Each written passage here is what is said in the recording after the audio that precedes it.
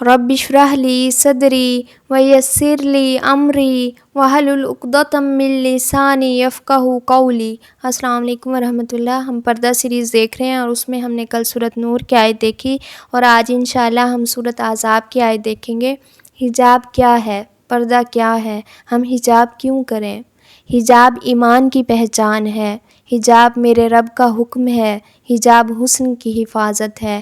کون ہے جو اپنی قیمتی چیز کی حفاظت نہیں کرنا چاہتا؟ عورت ہیرے جواہرات سے زیادہ قیمتی ہے۔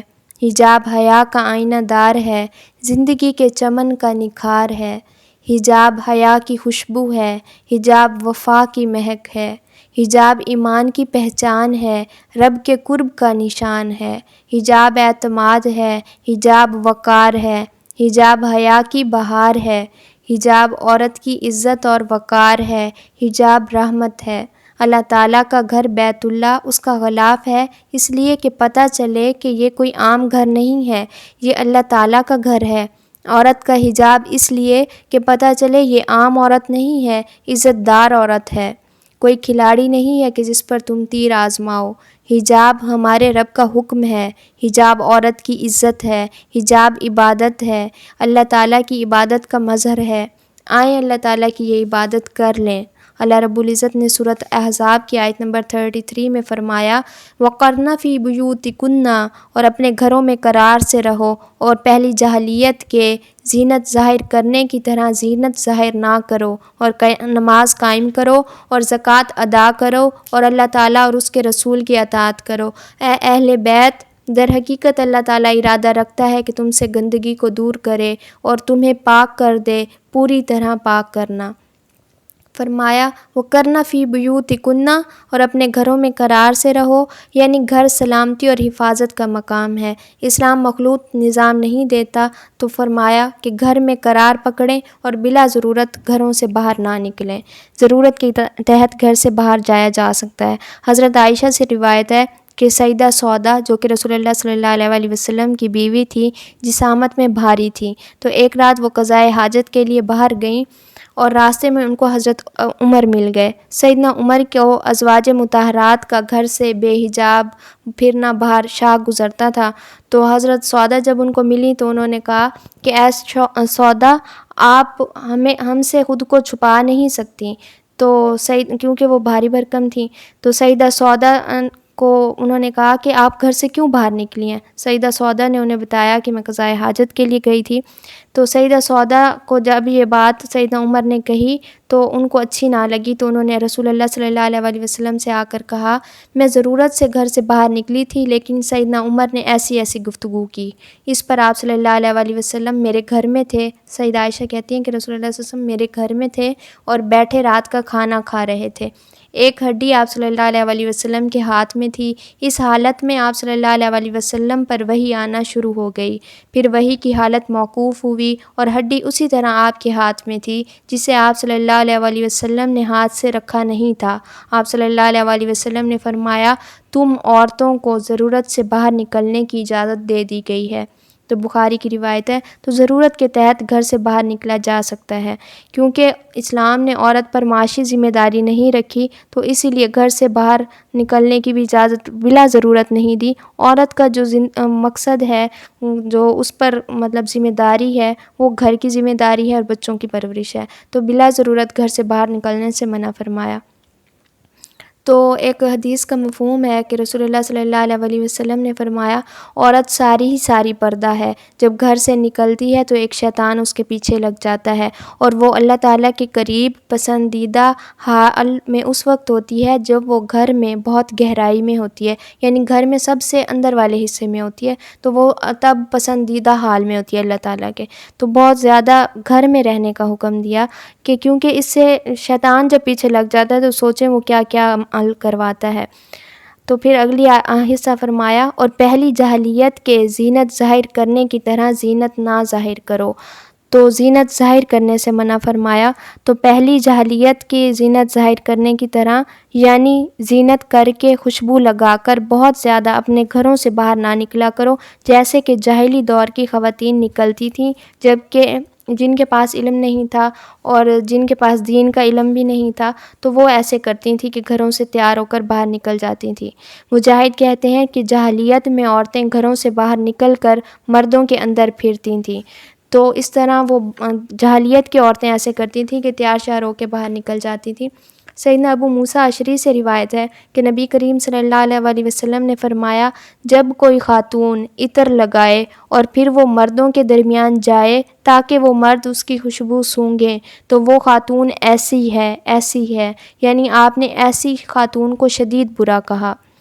تو رسول اللہ صلی اللہ علیہ وآلہ وسلم کی ایک اور روایت ہے کہ آپ صلی اللہ علیہ وآلہ وسلم نے فرمایا، دوزخ والوں کی دو قسمیں ایسی ہیں جنہیں میں نے نہیں دیکھا۔ ایک قسم تو ان لوگوں کی ہے کہ جن کے پاس بیلوں کی دموں کی طرح کے کوڑے ہیں جس سے وہ لوگوں کو مارتے ہیں، اور دوسری قسم ان عورتوں کی ہے جو لباس پہننے کے باوجود ننگی ہوتی ہیں، اور وہ سیدھے راستے سے بہکانے والی اور خود بھی بھٹکی ہوئی، اور ان عورتوں کی سربختی اونٹوں کی طرح ایک طرف کو جھکے ہوئے ہوتے ہیں، اور وہ عورتیں جنت میں داخل نہیں ہوں گی اور نہ ہی جنت کی خوشبو پا سکیں گی۔ جنت کی خوشبو اتنی مسافت یعنی دور سے آتی محسوس کی جا سکتی ہے۔ یہ صحیح مسلم کی روایت ہے کہ رسول اللہ صلی اللہ علیہ وسلم نے فرمایا کہ میں نے دو قسمیں جہنم میں دو قسموں کے لوگوں کو نہیں پایا، تو ان میں سے ان کو دیکھا نہیں ہے، یعنی وہ جہنم میں تو جائیں گے لیکن ان کو میں نے دیکھا نہیں۔ اس میں ایک یہ کہ جن کے پاس بیلوں کی دموں کی طرح کوڑے ہوں گے، اور دوسری وہ عورتیں جو کپڑے پہننے کے باوجود ننگی ہوتی ہیں۔ تو ہم کتنے باریک کپڑے آج کل پہنے جا رہے ہیں، اور کتنی ٹائٹس آپ دیکھ لیں کہ پہننے کے باوجود یوں لگ رہا ہوتا ہے کہ نہیں پہنا ہوا کچھ۔ تو فرمایا کہ ایسی عورتیں جو سربختی اونٹوں کی طرح ایک طرف جھکے ہوں گے، یعنی جیسے اونٹ کے اوپر ایک کوہان ٹائپ ہوتا ہے، تو جو عورتیں جوڑے بنا لیتی ہیں بہت زیادہ اونچے، تو وہ عورتیں بھی ان میں شامل ہیں کہ جن کو جنت کی خوشبو نہیں وہ پائیں گی، حالانکہ جنت کی خوشبو بہت دور سے آتی ہے۔ سیدنا عبداللہ بن مسعود سے روایت ہے کہ رسول اللہ صلی اللہ علیہ وآلہ وسلم نے فرمایا، ان عورتوں پر اللہ تعالیٰ نے لعنت فرمائی ہے جو نیلا گودیں اور نیلا گودوائیں۔ اور محمد بن عیسیٰ نے اپنی روایت میں یہ بھی کہا کہ اللہ تعالیٰ نے ان عورتوں پر لعنت فرمائی جو بالوں میں جوڑ لگائیں، جیسے آج کل ایکسٹینشنز آئی ہوئی ہیں۔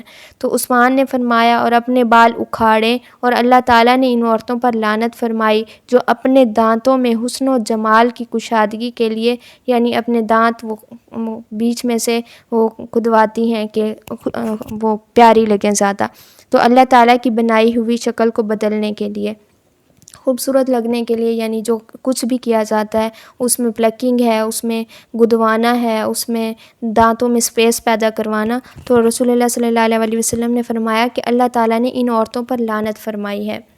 پھر آگے فرمایا، اور نماز قائم کرو اور زکوٰۃ ادا کرو۔ پہلے برائیوں سے روکا کہ زینت ظاہر نہ کرو، گھروں میں اطمینان سے رہو، قرار سے رہو۔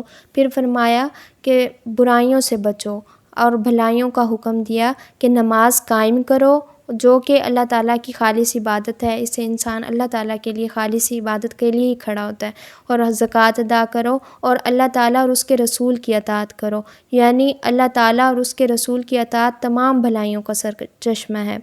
پھر آخر میں آیت کے فرمایا کہ اے اہل بیت، در حقیقت اللہ تعالیٰ ارادہ رکھتا ہے کہ تم سے گندگی کو دور کر دے اور تمہیں پاک کر دے، پوری طرح پاک کرنا۔ تو چونکہ اس میں رسول اللہ صلی اللہ علیہ وآلہ وسلم کے گھر والوں کو مخاطب کر کے فرمایا گیا تھا کہ آپ کو یعنی اپنے گھروں میں رہو اور اپنے زینت ظاہر نہ کرو، لیکن امت کی ماؤں کو مخاطب کر کے امت کی بیٹیوں کو بھی حکم دیا گیا۔ ہمیشہ بات ماں کو مخاطب کر کے ہی کہی جاتی ہے، تو یہ حکم تمام عورتوں کے لیے ہے کہ وہ اللہ رب العزت کے احکامات پر عمل کریں اور پردہ اختیار کریں اور اپنے گھروں میں زیادہ سے زیادہ رہیں۔ ہم نے اس آیت میں دیکھا نا کہ عورتیں اپنے گھروں میں رہیں۔ ایک حدیث میں نے پڑھی تھی، مجھے اب ایگزیکٹ یاد نہیں ہے، اس میں یہ تھا کہ مرد بھی اپنے گھروں میں زیادہ سے زیادہ رہیں، کیونکہ یوں ہوتا ہے کہ جب گھر سے انسان کوئی بھی انسان، عورت ہو یا مرد، گھر سے نکلتا ہے تو شیطان اس کا پیچھا کرتا ہے۔ تو مردوں کے لیے بھی ہے کہ وہ بلا ضرورت اگر گھر سے باہر، ان کو ظاہر ہے بہت زیادہ کام ہوتا ہے، معاش کا جو ساری ذمہ داری ہے وہ مردوں پر ہے، لیکن جب بھی وہ فارغ ہوں تو وہ گھر میں ہی رہیں، کیونکہ وہ گھر سے باہر نکلتے ہی فتنہ میں پڑنے کا خطرہ ہوتا ہے۔ تو اسی لیے دونوں کے لیے حکم ہے کہ وہ گھروں میں ہی رہے۔ تو اہل بیت میں رسول اللہ صلی اللہ علیہ وسلم کی ازواج ہیں۔ تو ایک حدیث ہے مسلم کی، اس میں رسول اللہ صلی اللہ علیہ وسلم ایک چادر میں تھے، تو حضرت حسن آئے، آپ نے ان کو بھی اپنے چادر میں لے لیا، حضرت حسین آئے، ان کو، حضرت فاطمہ آئیں گھر میں داخل ہوئیں تو ان کو بھی اس چادر میں چھپا لیا، حضرت علی آئے تو ان کو بھی اندر کر لیا۔ تو پھر آپ صلی اللہ علیہ وسلم نے یہ آیت پڑھی، یقیناً اللہ تعالیٰ تم سے گندگی کو دور کرنے اور تمہیں پوری طرح پاک کرنے کا ارادہ رکھتا ہے۔ تو رسول اللہ صلی اللہ علیہ وسلم کے اہل بیت میں یہ بھی رسول اللہ صلی اللہ علیہ وسلم نے کہا تھا کہ یا اللہ میرے اہل بیت میں یہ لوگ بھی شامل ہیں، یعنی حضرت فاطمہ، حضرت حسن حسین، حضرت علی۔ تو رسول اللہ صلی اللہ علیہ وسلم نے حکم فرما دیا، اللہ تعالیٰ کے احکامات بتا دیے، اللہ تعالیٰ نے قرآن میں فرما دیا کہ اپنے گھروں میں قرار سے رہو، تو کیا چیز مشکل نظر آتی ہے کہ ہم کیوں نہ کریں پردہ۔ اکبر اعلیٰ آبادی نے کہا تھا، بے پردہ نظر آئیں جو کل چند بیبیاں، اکبر زمین میں غیرت قومی سے گڑ گیا، پوچھا جو میں نے وہ آپ کا پردہ کیا ہوا، کہنے لگی کہ عقل پہ مردوں کے پڑ گیا۔ تو جو عورتیں یہ کنسیپٹ رکھتی ہیں کہ ہم تو جیسے دل کرے گا ہم جائیں گے، تو مرد خود ہی اپنی نظریں جھکا لیں، تو ایسا کچھ نہیں ہوتا، آپ کے لیے رسپانسبلٹیز ہیں۔ جب اللہ رب العزت نے، ہم نے سورۃ نور کی آیت میں دیکھا کہ اپنے اوپر اوڑھنیاں ڈال لیا کرو، تو آپ نے کورڈ ہو کے جانا ہے۔ سمپل سی ساری باتوں کی ایک بات یہ کہ جب جو کیفیت آپ کی گھر میں ہوتی ہے، گھر سے باہر نکلتے ہوئے وہ کیفیت نہیں ہوگی۔ آپ جیسے گھر میں ہیں، گھر سے نکلتے ہوئے ویسی آپ کی حالت نہیں ہونی چاہیے۔ آپ گھر میں اگر چادر بھی لیتی ہیں تو باہر جاتے ہوئے آپ اس سے بھی بڑی چادر لیں گے، لیکن گھر میں اگر آپ دوپٹہ لیتی ہیں تو باہر جاتے ہوئے چادر لیں گے۔ اور جو عورتوں نے یہ ٹرینڈ سٹارٹ کر دیا کہ اتنے ہیوی عبایاز، کہ ویسے اگر وہ لون کا سوٹ پہن کے جائیں گی تو وہ اتنا ہیوی نہیں ہوگا، لیکن عبایا، وہ آج کل ایسے عبایاز آ گئے ہیں کہ فل ہیوی، فل کام والے، چمک دمک والے۔ تو ایسی زینت ظاہر کرنے سے تو منع فرمایا نا کہ زینت ظاہر نہ کرو۔ جاہل کی عورتیں کرتی تھیں، اس دور کی جو لونڈیاں ہوتی تھیں وہ ایسی حرکتیں کرتی تھیں کہ بال کھول کر، ہار بالیاں پہن کر قریش کے جو سرداروں کے مطلب جو وہاں محفلیں ہوتی تھیں اس میں چلی جاتی تھیں۔ اور جو باپردہ عورتیں ہوتی تھیں، جو قریش کی بڑی پڑھی لکھی آزاد عورتیں، جن کی عزت دار عورتیں ہوتی تھیں، ان کا یہ طریقہ تھا کہ وہ بڑی چادروں میں ہوتی تھیں۔ ایک قصہ ہے کہ حضرت عمر نے ایک لونڈی کو دیکھا جو بڑی چادر میں تھی، تو حضرت عمر نے کہا کہ تم ہماری آزاد عورتوں کی کاپی کرتی ہو، یعنی ان کو تم فالو کرتی ہو۔ تو ایک اس دور میں ایک عورت جو ایک لونڈی تھی، وہ چونکہ دوسرے درجے کی عورتیں تھیں تو اسی لیے ان کو وہ عزت دینا، اور ایک آزاد عورت کو کاپی کرنے کے لیے بھی کہ ایک آزاد عورت کا اور مقام ہے اور ایک غلام لونڈی کا اور، تو وہ اس چیز کو بھی برا جانتے تھے۔ تو ایک آزاد عورت جو تھی، ایک ماڈرن عورت جو تھی، ایک عزت دار عورت جو قریش خاندان کی ہوا کرتی تھی، وہ ایسے ہی کرتی تھی کہ وہ بڑی چادروں میں لپٹی ہوئی، کورڈ، چھپی ہوئی ہوتی تھی۔ اور لونڈیاں جو ہوتی تھی، جاہلیت کے زمانے کی عورتیں جو ہوتی تھیں، وہ ایسے اوپن تھیں۔ اور آج ہم حالات دیکھیں تو جو کورڈ عورتیں ہیں ان کو دقیانوسی، ماسی، پتہ نہیں کیا کیا کہا جاتا ہے، اور جنہوں نے بال کھولے ہوئے اس دور کی لونڈیوں کی طرح، جنہوں نے ہار پہنے ہوئے ہیں، جنہوں نے بالیاں پہنی ہوئی ہیں، وہ ماڈرن کہلاتی ہیں۔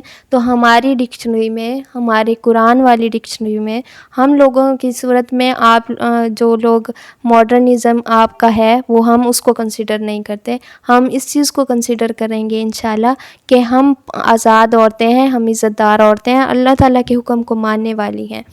تو ایک شاعر نے کہا تھا، اقبال نے کہا تھا، رسوا کیا اس دور کو جلوت کی ہوس نے، روشن ہے نگاہ آئینہ دل ہے مقدر۔ تو آج کل جو دور ہے تو وہ جلوت کا دور ہے، تو اس سے اللہ تعالی ہم سب کو بچائیں اور اپنے احکامات پر عمل کرنے کی توفیق عطا فرمائیں، اور ہمیں باپردہ عورتوں میں شامل کر دیں۔ السلام علیکم ورحمۃ اللہ۔